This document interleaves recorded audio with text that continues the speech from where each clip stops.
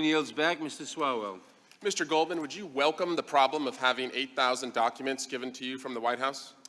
It would be a wonderful problem to have. How many have they given you? 0.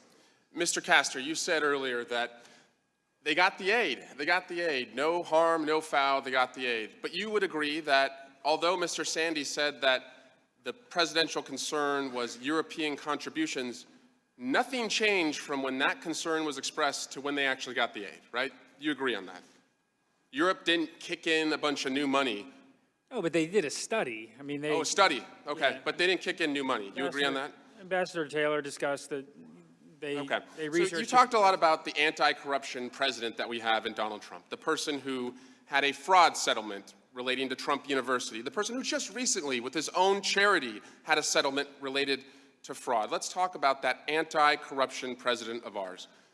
Take a wild guess, Mr. Castor. How many times has President Trump met with Vladimir Putin or talked to him? I don't know the number. It's 16. Okay. How many times has President Trump met at the White House with President Zelensky? It's 0. And who is President Trump meeting with at the White House tomorrow? Do you know? I'm not. It's Russian Foreign Minister Lavrov. Okay. Now, Mr. Goldman, withholding aid from Ukraine obviously hurts Ukraine. It hurts the United States. Does it help any country? The witnesses said that that would help Russia. Did you also hear testimony that these acts by the president, while being wrong and an abuse of power, also harmed U.S. national security? Yes. Did you hear anything about how it would harm our credibility? And I would turn you to a conversation Ambassador Volker had on September 14 of this year with a senior Ukrainian official, where Ambassador Volker is impressing upon that official that President Zelensky should not investigate his own political opponents. What was thrown back in the face of Ambassador Volker? After Ambassador Volker suggested to Mr. Yermak again, who's here, that they should not investigate the prior president of Ukraine, Mr. Yermak said back to him, you're encouraging us to investigate Biden's and Clinton's. During Watergate,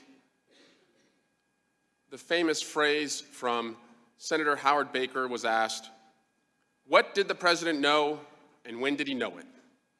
There's a reason that no one here has repeated those questions during these hearings. We know what the president did, and we know when he knew it. Mr. Goldman, who sent Rudy Giuliani to Ukraine to smear Joe Biden? President Trump. Who fired the anti-corruption ambassador in Ukraine, Marie Yovanovitch? President Trump. Who told Ambassador Sondland and Ambassador Volker to work with Rudy Giuliani on Ukraine? President Trump. Who told Vice President Pence to not go to President Zelensky's inauguration? President Trump. Who ordered his own chief of staff, Mick Mulvaney, to withhold critical military assistance for Ukraine? President Trump. Who refused to meet with President Zelensky in the Oval Office? President Trump. Who ignored on July 25 his own National Security Council's anti-corruption talking points? President Trump. Who asked President Zelensky for a favor? President Trump. Who personally asked President Zelensky to investigate his political rival, Joe Biden? President Trump.